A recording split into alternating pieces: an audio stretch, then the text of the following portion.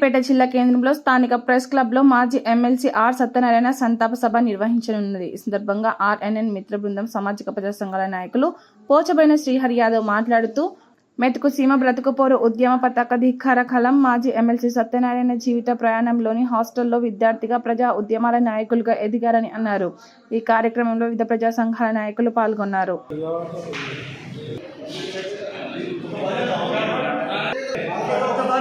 जोहार